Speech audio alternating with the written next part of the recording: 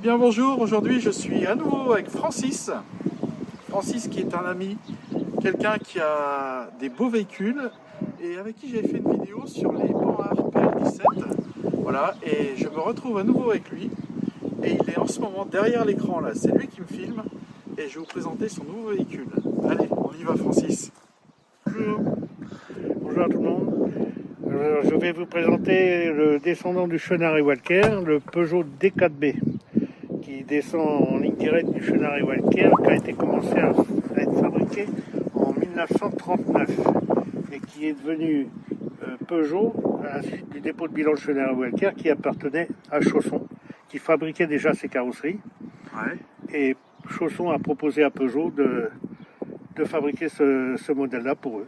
Et puis Chenard et Walker, ils sont nés en 1899, Ah oui. Je crois à Agnières-sur-Seine. Par contre, ils ont fait ce fourgon-là qui était très bien conçu, mais ils n'avaient pas de moteur à mettre dedans. Ils l'ont motorisé avec un bicylindre de temps de 750 cm3 qui développait 20 chevaux. C'était nettement insuffisant. Ils ont réalisé les moteurs à 1000 cm3. C'était toujours insuffisant. Ouais. Donc, ils ont demandé à Peugeot de leur fournir le moteur de la 202 qui était nettement plus puissant pour motoriser ce véhicule. Donc, il a fallu faire une modification. Ils ont rallongé pour le radiateur. Alors, ils ont fabriqué le nez de cochon qui ressemblait au car Chausson. Ah C'est ouais. pour ça que le nez de cochon il est apparu sur ce véhicule. Qu'est-ce qu'il est beau ce camion. Voilà. Alors, Peugeot a fourni le moteur de la 202.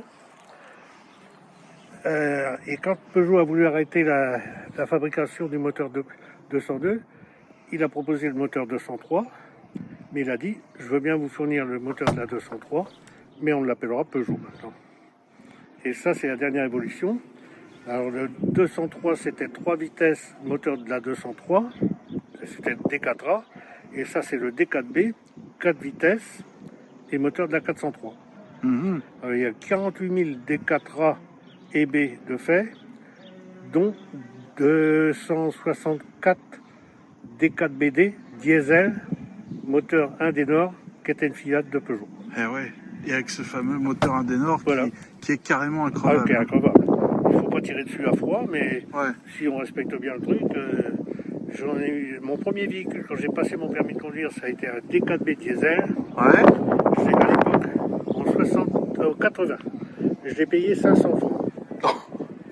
Et 15 jours plus tard, je vois l'ancien propriétaire, je lui ai dit, dis donc Jules, tu m'as roulé, le joint de culasse il fait un peu.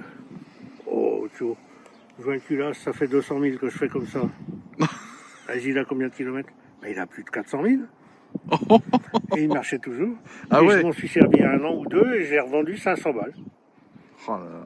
Et bon, il n'existe plus maintenant sûrement, Ouais.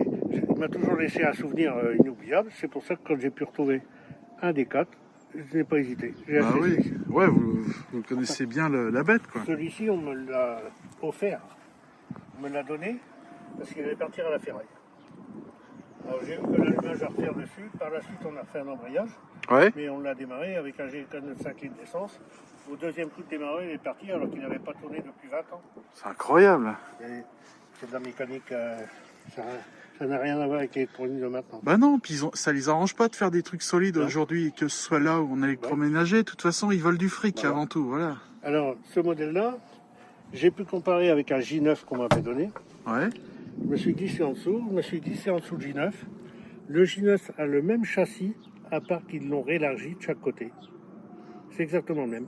Les optiques de phare et les bols des phares, Ouais. c'est les optiques du J9. Les miens étaient piqués, j'ai remis ceux du J9. Et c'est standard, chez Peugeot, ils sont allés à l'économie jusqu'au bout. Ah ouais. Voilà. Ça, c'est intelligent, ça. Ah oui, c'est intelligent. Et c'est un petit véhicule facile à vivre. Ouais. Là, il n'avait pas tourné depuis 5-6 mois. J'ai rechargé un peu la batterie et il est reparti au quart du jour. C'est top. C'est, par rapport à l'électronique de maintenant, c'est beaucoup plus simple. Bah bien On sûr. peut encore travailler sur son véhicule. Ils veulent même plus vendre des voitures, ils veulent Non. les louer.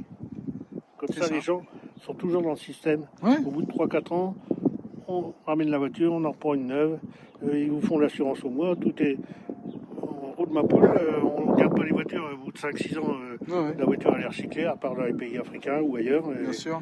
Et nous, on toujours avec des voitures, je je dirais pas neuf, mais presque. Ouais, puis on n'a pas les moyens, on n'a pas 40 000 euros. Hein. Non. Bah, j'ai un copain qui vient de changer de véhicule.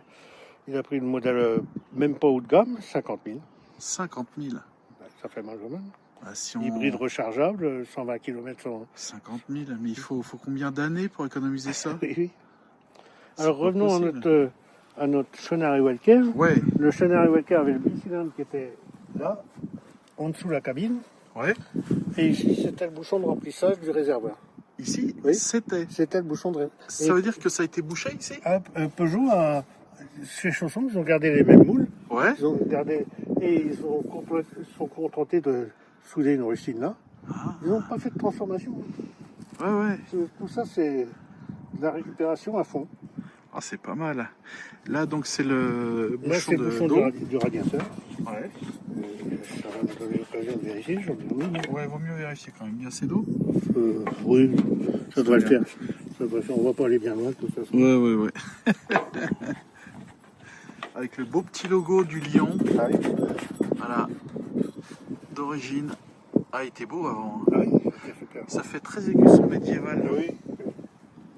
Et selon les années, les couleurs changeaient un peu. Ouais. Et... Suivant leur humeur, quoi. Ouais, peut-être. Peut-être bien. Là, c'est l'endroit pour la manivelle. Pour la manuelle, oui. D'accord. Ah oui. C'est bien, mais il vaut mieux éviter de démarrer la manuelle. Ouais. Ah oui, alors, Francis, vous m'aviez expliqué un petit truc sur, justement, Ah oui. Sur le rétroviseur. le rétroviseur. Regardez-moi ça. Le rétroviseur était un accessoire d'époque qui faisait disque de stationnement. Breveté SGDG, modèle agréé par la préfecture de police de Paris. Ouais. Ce numéro, je vois plus bien trop les numéros, Ouais, ouais. mais c'est rigolo. J'ai trouvé cet accessoire sur une foire en pièces. Ouais. J'ai dit tout de suite, hop, on va mettre ça là-dedans, ça va faire sa pente. Bah, c'est génial. C'est génial. Ouais, ouais. On voit après-midi, on voit les heures. C'est canon. Hein. Oui. Alors, là, c'est la cabine. Les Ouais. plaques suicides. À l'époque, chez Chausson, quand c'était le fourgon vitré, on laissait les portes suicides. Et si c'était le minibus, on inversait le sens d'ouverture des portes. D'accord. Et il y avait que sur les minibus. Sur les fourgons, qu'ils soient ambulance, fourgon vitré ou fourgon tolé, Ouais. c'était les portes suicides. Alors à l'époque, ça a été dans les premières années à avoir le chauffage en cabine. Ouais. C'était même pas une option, mais c'est vraiment 63-64, ça a été les premiers chauffages sur les fourgons. D'accord. Alors, ils l'appelaient le fourgon 1400 kg. La plaque notard est là. Ouais. D'ailleurs, on voit ici. Voilà. Juste là. 1490. Et j'ai trouvé un petit truc sympa. Ah, puis il y a les petits clignotants là, juste Ça, là. c'est les feux de position. Les petits feux de position, ça c'est pareil, c'est. Ça va faire mal, le refixe un petit peu. Alors qu'est-ce que vous avez trouvé, Francis? Et j'ai trouvé la publicité à l'époque. Ah, bien. Ça c'est 58, moi c'est un 63. Alors ça c'était encore un D3, je crois, parce que les moyens de roue sont pas les mêmes. Et Ah oui, l'ancien Peugeot, ouais. c'était le moteur 203. Ouais, ouais. Alors, Ah, elle est belle. le 403, J'en ai encore jamais vu de commercial 403 comme ça. on va retrouver ah ben c'est un D4.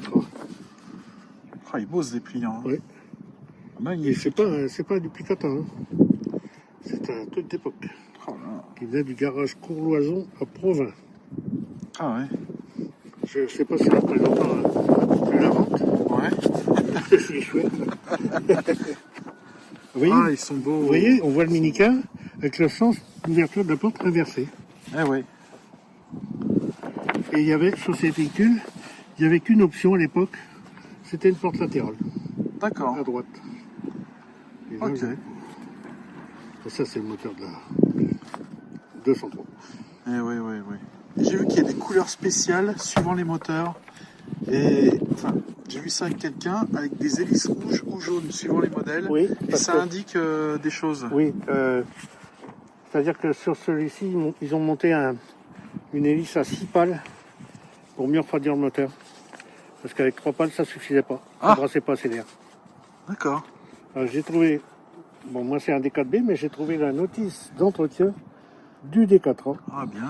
Il faut qu'on l'époque. Je sais pas où. Alors, tout ce qu'il faut, l'entretien quoi. du véhicule. À l'époque, le numéro de châssis était fixé là sur le tableau de bord. Après, c'est passé en dessous. Ah ok. Alors, chaque année, il y avait une petite modification. Il fallait se tenir au bout du jour. Ouais. Oui, ils font des petites variantes. Hein. Ouais. Voilà l'option porte latérale. D'accord, là on voit bien, ouais.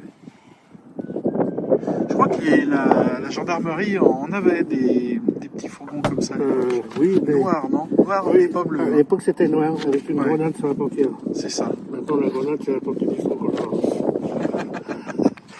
Mais oui, c'est bien le même modèle. Hein. Là, c'est le moteur 203, on connaît. Ouais. Et là-dessus, ils ont monté le moteur 403 avec la culasse 203. On Ah retire bon un peu de chevaux pour pas que ça soit trop nerveux.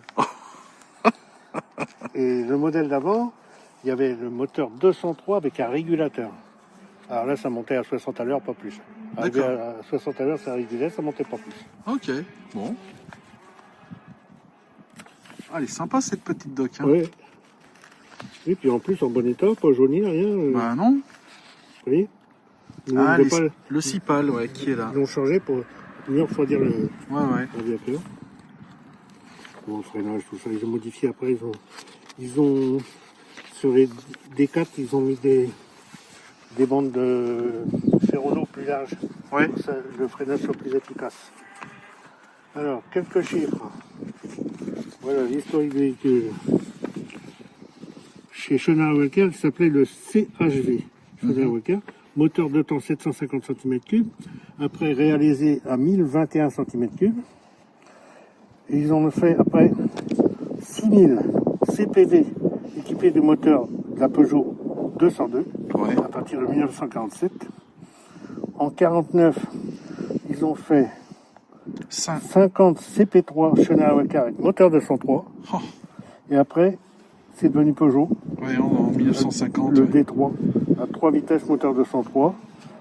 Puis de 55 à 65, le D4B, moteur 403, boîte 4 vitesses. 58 000 D4A et D4B ont été fabriqués, dont 164 D4B diesel à moteur à diesel. Et ouais, voilà l'historique des Peugeot D4B. Voilà. Alors celui-ci a été préservé parce que, travaillant dans une entreprise de pompes funèbres, il n'a pas charrié de gravier, de ciment, de... Voilà, il n'a pas été abîmé, pas le temps. pas rayé, non. Donc pendant un mois. Ouais. Voilà. On s'use, hein. Voilà. Ah, Francis, la batterie. La batterie. Faites voir La batterie, à nos auditeurs où elle se trouve. À votre avis, elle est où? Eh ben, elle est sur le siège. la batterie est comme sur mon Toyota Yaris, en dessous le siège. Et là, c'est beaucoup plus rustique et beaucoup plus simple pour Et là, voilà. l'accès. C'est pas mal, hein, c'est intelligent. Alors, comme je disais tout à l'heure, c'est que, en fait, la batterie vaut mieux qu'elle soit là parce que, regardez la place du moteur, il n'y a pas beaucoup de place. Donc, en termes de largeur, hein, c'est pas gigantesque hein, quand on voit, et pas non plus très très profond. Voilà. Donc là, il passe entre les jambes. Je vais dézoomer un peu. Voilà. Donc la batterie, voilà pourquoi ils l'ont mis sous le siège en fait, Voilà, hein, tout simplement. Alors, quand je vous disais qu'ils sont allés à l'économie jusqu'au bout, Ouais. ce sont les mêmes poignées que sur les points Dina X. Les poignées de porte sont exactement les mêmes. Oui, ils recyclent tout Voilà. apparemment. Et il n'y a qu'une serrure qui ferme à clé, c'est côté passager. Par ici, c'est un verrouillage intérieur. Et il Ouais. faut descendre par la porte passager et fermer. Et j'ai eu la chance d'avoir les clés d'aller sur le véhicule. Et ouais. Alors, vous allez voir l'accès. Ah là, il y a les petits enjoliveurs Robry là. Ah oui, ça c'est du Robry. Ouais, pour les ailes. J'ai eu du mal à les retrouver parce qu'il me manquait un. Ah, J'ai retrouvé. ah bon. Ils sont un peu salis. Ouais, Il est ouais. un peu dans son jus. Hein. Bien sûr. C'est ce qui fait un petit peu le charme. Bouton d'essence. Un bouchon d'essence avec le. Ouais, là, il est fatigué aussi, Oui, le joint est fatigué. le joint, ouais. J'en ai pas retrouvé. Bouchon d'échange à clé factice parce que Ouais. Bah oui. c'est sûr, tout simplement. Voilà, c'est Et voici l'intérieur. Un bel intérieur. Bien vaste. Ah oui, on a ta place là. Et Ouais, c'est intéressant. La roue de secours, moi je l'ai mis là, normalement elle était derrière le siège, mais on l'a posée sur le côté, c'est plus sympa pour nous. Bah ouais.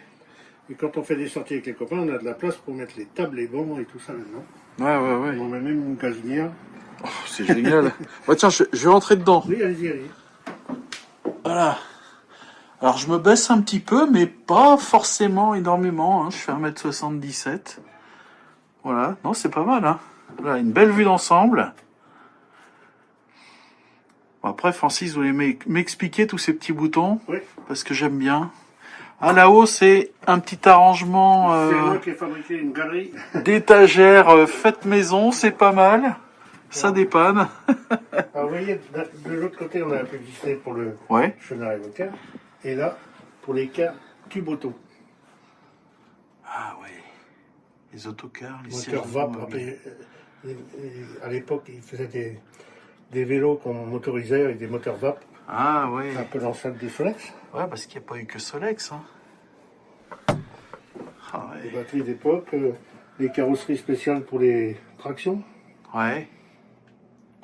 Ah, toute une époque. Puis ici, il y a une odeur que j'adore. Ah oui, ça sent la vieille huile, ça Ah sent la ouais. vieille mécanique. Ça sent super bon. Bah, un peu comme les gens qui aiment bien les bons vins. Bah, nous, on aime bien les bons vieux véhicules. Hein. Je vous laisse vous asseoir, Voilà. Francis. Ouais. On va regarder tout ça. Frein à main, passage à vitesse. Ouais, il y a pas mal de trucs. Hein. Quand j'étais gamin, Ouais. il y a un petit vieux qui venait de mes rues qui avait un chenard qui avait été remotorisé en Peugeot. Il était commerçant dans mes rues, il faisait des tournées, il vendait des baquets, même des martinets à l'époque.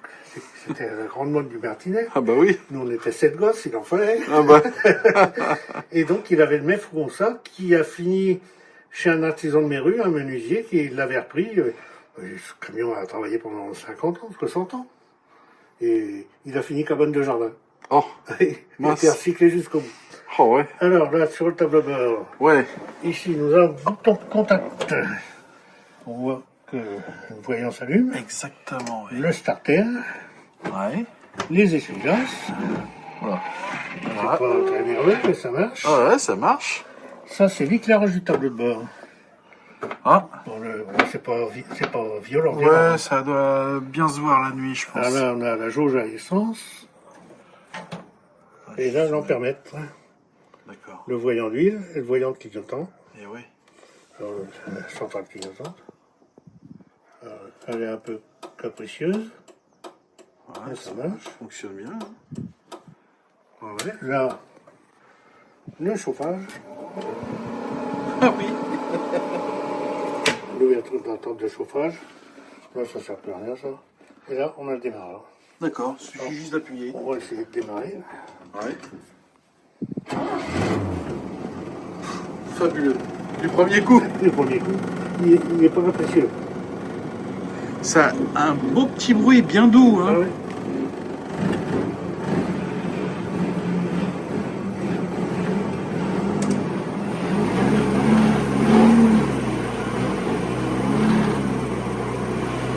Ah ouais. Bon, pas de ceinture de sécurité, hein. Pas de ceinture de sécurité. Ici, on a les veilleuses, les codes, les phares, Ouais.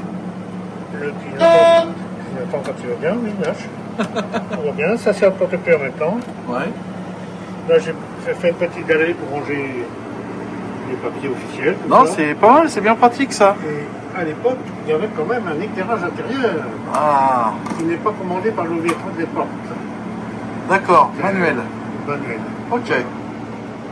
Sur le Peugeot D4B, il le livrait en 2 sièges. Mais sur les D3, souvent, il les livrait qu'avec le siège chauffeur. Il ne mettait pas de siège passager. D'accord. Et j'ai failli en acheter un qui n'a jamais été équipé du siège passager parce que c'était un boulanger. Il mettait ses caisses de pain pour servir ses clients.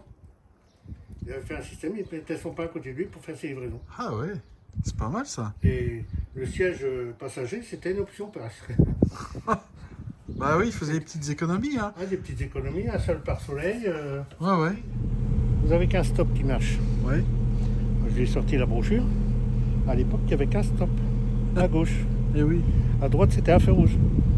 c'est ça. Mais il y a beaucoup de jeunes qui sont dans les feux verre, dans les contrôles techniques, dans toutes ces choses-là. Je sais qu'ils ont... Des fois, ils ne comprennent pas forcément tout, et c'est vrai qu'ils ne peuvent pas tout connaître non plus. Hein. Maintenant, au niveau des normes, je vois, là, j'ai mis des clignotants orange. Mais sur les pans 1, qu'on a vu le dernier coup, à l'origine, les clignotants étaient rouges. Et les stops étaient oranges. Et maintenant, on inverse les fils pour avoir des clignotants orange, pour être un peu plus dans la norme. Ben ouais. Et là, quand j'ai remonté, j'ai remis des clignotants orange. Ah. Ça attire un peu mieux l'attention. Ah ouais. Ah, je suis sur le côté.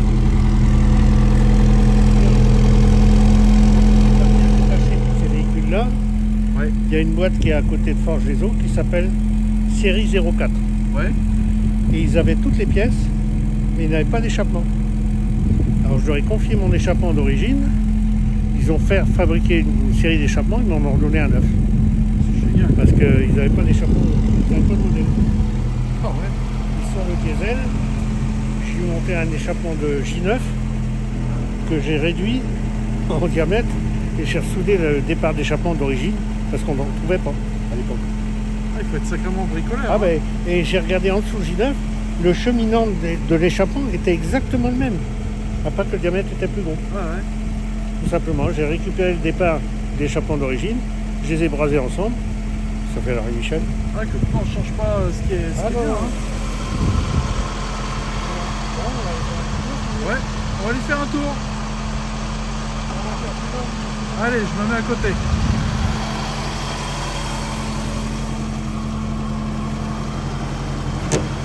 Oui, il ne faut pas chercher un poignet de porte de l'autre côté. Hein. Comment? Il ne faut pas chercher un poignet de porte du bon côté. Ah oui, c'est ça, ouais. Mais moi, de toute façon, c'est comme mon Panhard. J'adore les poignées à l'avant. Les portes suicides à l'avant, voilà. Alors là, j'ai un peu de difficulté avec l'échappement, avec l'accélérateur. Ouais. Suite à mes histoires d'AVC, je manque de souplesse dans la cheville. Ouais. Donc je suis obligé de lever mon pied de l'accélérateur. D'accord. On va se débrouiller, ça va le faire. Ouais, ouais, ouais. On conduit pas souvent, on peut perdre. Et on est parti. Je viens de refaire les freins Ouais. et je vais passer au liquide silicone pour éviter que les cylindres de roue grippent. D'accord. Parce que Allez, c'est reparti. on est parti.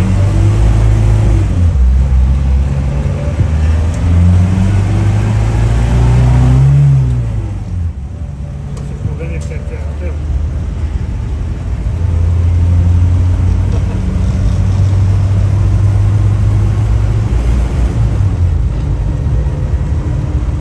Les suspensions sont assez souples, je viens de changer les amortisseurs à l'arrière. Ouais, ouais, ouais. Ils étaient d'origine. Ah, Et chez Peugeot, ils n'ont pas voulu faire marcher à garantie. Je comprends pas. ah, c'est bizarre. Je suis sûr que dans un garage Peugeot, les mecs connaissent même pas que il y a ce gros-là. Ah ouais.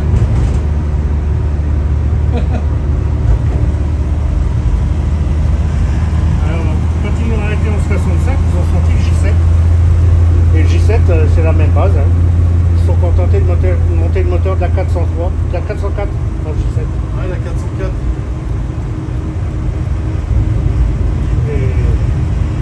Et regardez, 60 piges, pas de jeu dans la direction, rien. Ah non. Sacré matos. Hein. Mais à l'époque, c'était prévu pour durer. Bah, c'est ça, oui, parce que ce qui, à mon avis, ce qui était essentiel pour les constructeurs de l'époque, c'était de faire voir qu'ils étaient bons, qu'ils avaient du bon matériel et ils mettaient le paquet là-dedans. Oui. C'était la notoriété, alors que maintenant ils en ont mais plus rien à cirer. Peugeot avait, à l'époque, Peugeot avait une réputation de faire du matériel solide. C'était pas le plus rapide, c'était pas le plus performant, mais ça marchait des années. Voilà, c'est ça, ouais. Maintenant, un moteur avec des courroies de distribution qui passent dans l'huile, Ouais, allez, les moteurs PureTech. ça joue des toits à tout le monde cette affaire. D'ailleurs, je pense qu'on va faire une vidéo dans pas longtemps avec un de mes copains qui sait entièrement réparer les moteurs PureTech. Ouais. Voilà. Et on va faire un tuto complet là-dessus, ça va être assez incroyable.